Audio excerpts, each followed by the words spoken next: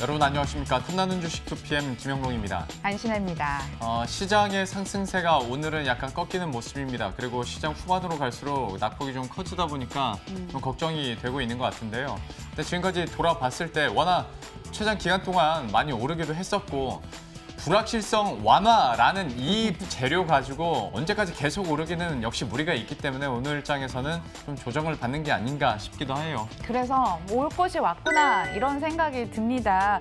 트럼프 탄핵 위기 맞으면서 불확실성 다시 한번 커져 있습니다. 그리고 앞서 말씀도 해주셨지만 그동안 랠리가 워낙 길게 이어졌던 터라 차익 실현 욕구가 여기까지 좀 차 계실 것 같습니다. 네. 추석 지나고 나서 언젠가 한 번은 큰 조정 올 것이다라는 전문가 조언이 오늘 생각나는 거 있죠. 꼭 이렇게 떨어질 때 생각나요. 근데 보면 이제 이벤트를 지나고 나니 국내 기업들 실적 전망도 보이고 트럼프의 발언들도 더 민감하게 느껴지기도 할 텐데요. 그래서 오늘이 약간 다시 한번 꺾이는 변곡점이 될지 아니면 잠시 그저 쉬어가는 하루가 될지 한번 저희가 면밀히 따져보면서 투자 전략도 세워봐야겠죠. 네, 그런가 하면 또 여전히 불안에 떨고 계신 우리 시청자 여러분들을 위해서 실시간 수급 알려드리면 조금이라도 불안감 해소될 것 같아서 저희 도와드리고자 합니다. 지금 바로 유튜브 채팅창에 내가 가진 종목의 실시간 수급 궁금하시면 써주시면 됩니다. 손가락 부지런히 움직이셔야죠. 그럼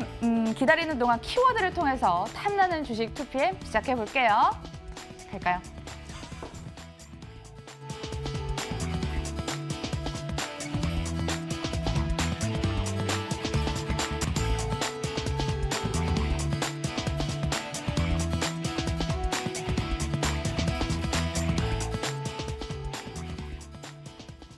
오늘처럼 하락장에 제가 웃어서 죄송합니다. 막판에 좀 빵 터져가지고 키워드 통해서 오늘도 역시 현재 시장 분위기와 이슈들 체크해 보도록 하겠습니다. 오늘은 전반적으로 저희가 키워드 꼽은 게 좀 간단 명료합니다. 그리고 어제 이어서 오늘 장에서도 헬릭 스미스 얘기는 계속 나오고 있고 우리가 남북경협조언을 할까 말까 고민을 했던 그죠. 이슈. 테마 안에서도 DNC 평화지대로 조금 더 좁혀지는 분위기가 나타나더라고요. 이런 것도 있습니다.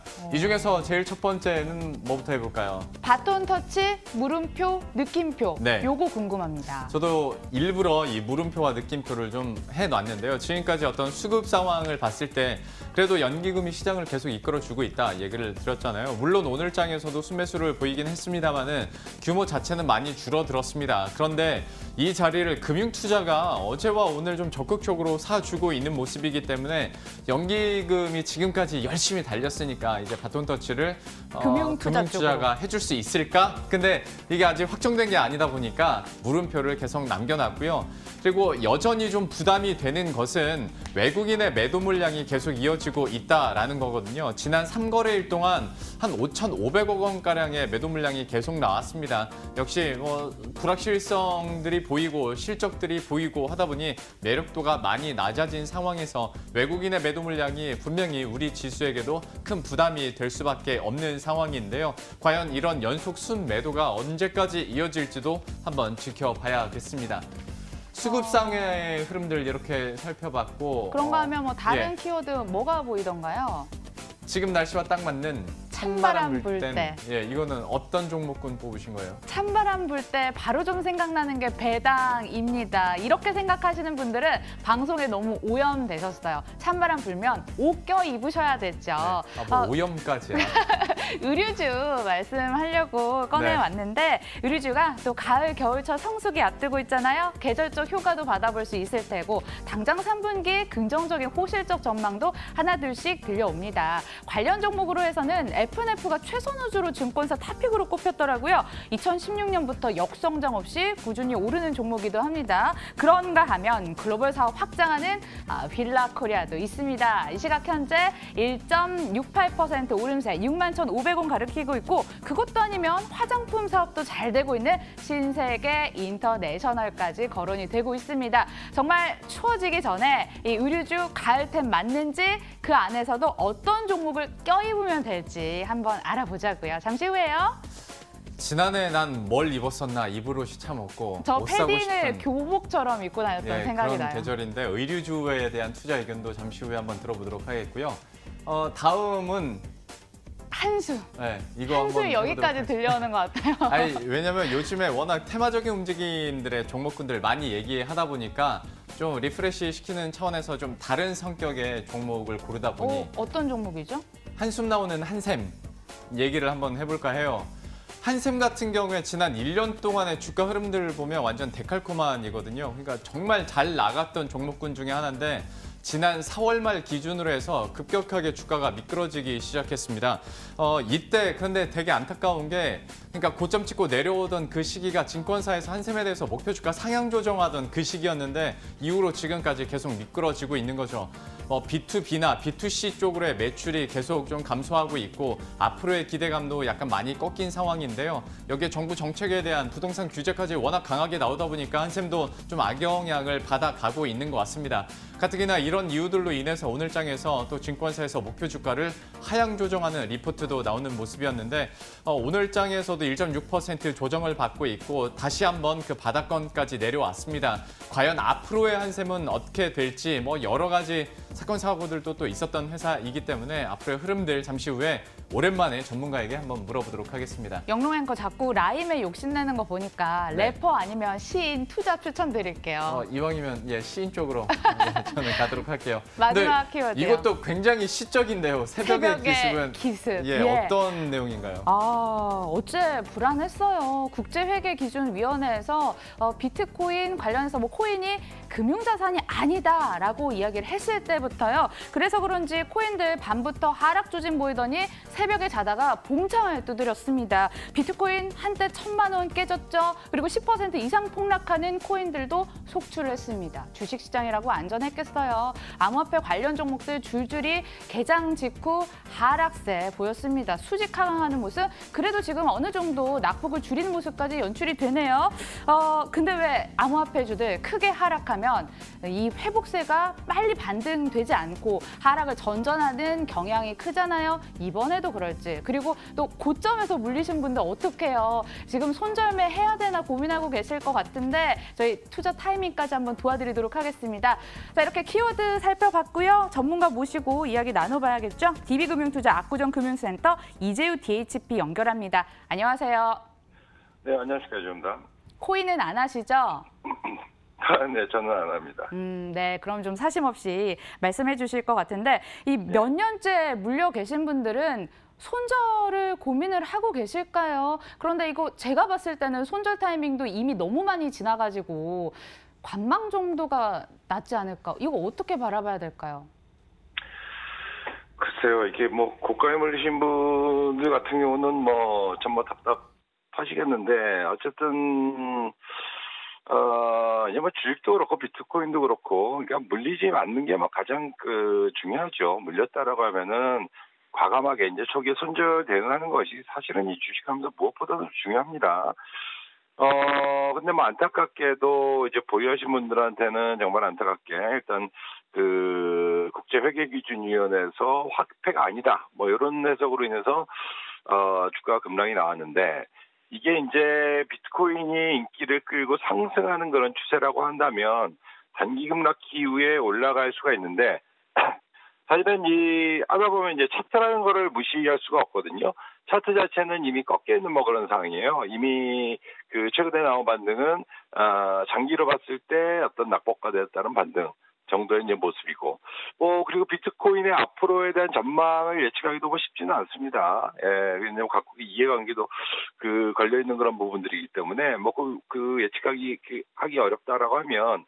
결국 지금은 단기적인 이슈를 보면서 기술적인 흐름들 요거 좀 의존할 수밖에 없거든요. 근데 이제 차트도 이탈했다라고 하면 지금 현재 상황에서 비트코인에 대한 무조건적인 어떤 긍정적인 전망을 가지는 것보다는 일단 워낙 많이 빠졌으니까 어느 정도 선에서 반발은 들어오겠죠. 그러나 이것이 이제 추세 상승으로 기대를 하는 것보다는 일단 지금은 관망하면서 그렇게 진행하는 게 맞지 않겠나 싶고, 고가에서 너무 크게 이제 손실이 크신 분들 같은 경우도 일단 이게 비중이 많다라고 하면은 반등 시에 좀 비중을 줄여놓으면서 다른 자산으로 좀 분산해 놓는 그런 전략이 필요하지 않겠나 그렇게 보고 있습니다. 비트코인 관련해서 또 투자 의견 주시느라고 고생하셨습니다. 사실 비트코인 영역이야 우리 영역은 아닌 것 같고 참 투자하기도 쉽지 않고 변동성도 큰데요. 근데 어떻게 하다 보니까 역시 쉽지 않은 전망이 나오는 한샘에 대해서도 한번 여쭤봐야 될 것 같아요. 한때 뭐 여름까지만 하더라도 부동산 규제가 일어나니 리모델링이 활성화돼서 한샘이 수혜를 가져갈 수 있다라는 얘기도 잠깐 나왔었는데 지금은 그 지경을 넘어선 강력한 부동산 규제가 나오다 보니까 한샘도 좀 길을 못 펴는 것 같습니다. 혹시 앞으로의 전망은 좀 어떻게 하고 계십니까? 뭐 한샘이 다시 이제 실적 성장으로 이어져서 추세를 돌리고 상승하려면 시간은 좀 걸려요. 지금 이제 그 기술적인 흐름도 그렇고요, 수급도 그렇고, 그 다음에 지금 현재 뭐 여러 가지 그 분양가 상한제 시행에 대한 우려라든가 이런 우려로 인해 그 우려가 좀 또 나오고 있는 그런 상황이기 때문에. 이게 한샘이 이제 중기적인 상승을 보인다고 한다면은 호재가 나와서 그것이 실질적으로 연결이 되고 그래서 실적 성장으로 이어졌을 때 뭐 안정적인 상승을 구가하거든요. 그러면 지금 호재가 나왔다 하더라도 단기 급반등이 들어왔다 또 조정 주고 왔다 갔다 하는 그런 흐름이 나올 가능성이 있는데 지금 현재 호재는 잘 보이지 않고 현재 또 좀 그 단기로는 부담스러운 뭐 내용들이 나왔습니다. 따라서 저도 한샘도 여전히 지금은 관망인 것 같아요. 예, 근데 워낙 많이 빠져서 여기서 빠져봐야 얼마나 더 빠지겠나 뭐 그런 생각은 있긴 합니다만 매수해 놓고 올라가지 않는다라면은 뭐 그 또한 우리가 상당히 이제 괴로울 수가 있기 때문에 한샘 같은 경우는 신규 매수는 좀 자제하시고 전체 이제 분양 시장이 뭐 되돌릴 때까지는 좀 기다리는 전략이 맞지 않겠나 뭐 싶고요. 다만 이제 보유하신 분들 같은 경우는 지금 이제 워낙 많이 빠졌어요. 뭐 좀 시간을 한 뭐 2, 3년 정도 생각을 한다라고 하면 그러면 지금 자리는 뭐 그냥 매수도 매도도 없이 그냥 보유 물량 홀딩은 가능한 구간이 아니겠나 뭐 그렇게 판단을 하고요. 지금 이제 주가 바닥이 거의 수년 동안 지속이 되어 와서 지금 현재는 뭐 거기다 또 취하는 그 호재로 인한 반등이 아니고 낙폭과대에 따른 반등 그리고 악재가 계속적으로 나오는 그런 상황 속에서 최근에 한 뭐 두 달 동안은 지지된 지지해주고 있는 그런 상황이거든요. 뭐 그러면 지금 한번 한 뭐 1, 2년, 2, 3년 정도 기다린다라는 생각으로 보유는 가능하겠다 그렇게 판단을 하고 있습니다. 저점은 잡힌 것 같지만 그러나 의견은 관망이었습니다. 어조가 좀 느껴지는 것 같아요. 자, 그런가 하면 의류주에 대한 질문도 드리도록 하겠습니다. 방송 보면서 증권사 리포트 보면서 제가 모았던 유망 종목은 FNF와 휠라코리아입니다. 의류주 긍정적으로 보시는 게 맞다면 이 종목도 동의하시는지 아니면 더 좋은 종목도 있는지 궁금하네요. 네, 뭐 동의합니다. 예, 앵커님께서 말씀하셨던 뭐 종목들도 괜찮고 이제 뭐 겨울이니까 뭐 성수기로 접어든다라고 하면 분명히 이제 의류주도 상승이 나올 수 있고 보통 이제 매해 보면은 뭐 가을 겨울쯤에는 뭐 의류주가 상승하는 경향이 좀 있어요. 뭐 그런 경향도 있겠고 그다음에 지금 시장이 물론 이제 오늘은 조정이긴 합니다만은 거의 뭐 시장이 뭐 삼성전자, 하이닉스 이들 초대형주로 주도하는 시장이긴 합니다만. 지수 상승이 이제 바닥권에서 어떤 단순 반등의 그 어떤 수준을 넘어선 그런 상승이 나왔기 때문에 조정도 나오고 또 반등도 들어오고 뭐 그렇게 진행될 텐데 그렇다면 섹터별로의 순환매가 뭐 나올 가능성이 있지 않겠나 그렇게 판단을 하고 있습니다. 네, 앵커님께서 말씀하신 종목에 덧붙여서 저는 영업무역 같은 경우도 이제 한번 매수 관점으로 접근이 충분히 가능하다 그렇게 말씀드리겠습니다. 예, 의류주 가운데서 영업무역도 또 언급을 해주셨으니까요. 참고하도록 하겠고요. 마지막으로 시장에 대해서 한번 여쭤보도록 할 텐데 연기금이 순매수를 계속하다가 그 자리를 오늘 장에서는 금융투자가 또 해주고 있는데 금융투자 성격상 연기금처럼 장기간 동안 계속 사줄 것 같지는 않고 이 와중에 외국인의 매도세는 좀 강하게 나옵니다. 이런 시장 좀 어떻게 보시고 전략 어떻게 짜야 될까요? 금융투자는 그 전체 그 개별 종목별로는 파워가 있을지 몰라도 시장에 끼치는 영향은 그렇게 크진 않습니다. 그래서 뭐 금융투자가 매수하거나 매도하거나 이런 거는 크게 신경 쓰지는 않으셔도 될 것 같고요.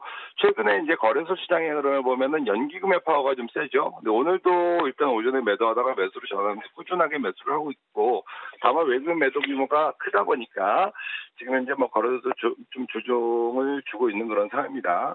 근데 이제 시청자 여러분들께서 중소형주 코스닥 매매하신 분들 상당히 많으실 거예요. 근데 코스닥 시장 같은 경우는 거래소보다 훨씬 더 앞장서서 이제 하락하는 그런 모습이죠. 근데 코스닥에서 딱히 이제 수급을 주도하는 그런 세력은 없기 때문에 그렇다면 코스닥은 이제 거래소에 좀 도움을 받아야겠어요. 그러면 거래소 쪽이 일단 연기금 매수가 꾸준하기 때문에 그리고 외국인도 현물에서 매도하긴 합니다만은 선물 시장에서 매수라든가 그리고 이제 조정폭 자체도 계속 꾸준한 상승 끝에 첫 번째 조정이기 때문에 반발은 충분히 들어올 수 있을 거로 판단을 하고 있습니다. 그래서 그 코스닥 시장 같은 경우도 지금 이제 며칠 동안 계속 연일 지속되는 조정인데 조정폭이 커졌습니다. 그럼 조정폭이 커졌을 때 이때 매도하는 게 아니라 거래소의 반등을 한번 기다렸다가 거래소 반등이 나왔을 때 그때 그 코스닥의 반응을 보면서 반등이 강하면 코스닥도 이제 추세 여전히 상승 기대하면서 이제 보도록 하고요. 최근에 이제 헬릭 스미스 악재가 나왔기 때문에 매물이 좀 더 나오는 부분들이거든요. 그래서 오늘장 훨씬 더 많이 빠지는데 거기서 반등이 들어온다 그러면 코스닥도 조만간 진정되면서 반발을 시도하지 않을까 그렇게 판단되어서 지금은 매도 시기는 늦었죠. 보유하신 분들은 그대로 홀딩하고 신규 매수는 거래소가 반등이 시작될 때 코스닥 쪽으로 한번 저가 매수 들어가는 쪽으로 말씀드리겠습니다. 거래소 반등 이후 코스닥 따라가는 것 차례를 좀 말씀해 주시면서 보유자분들 홀딩 전략까지 알려주셨습니다. DB금융투자 압구정금융센터 이재우 DHP 함께했습니다.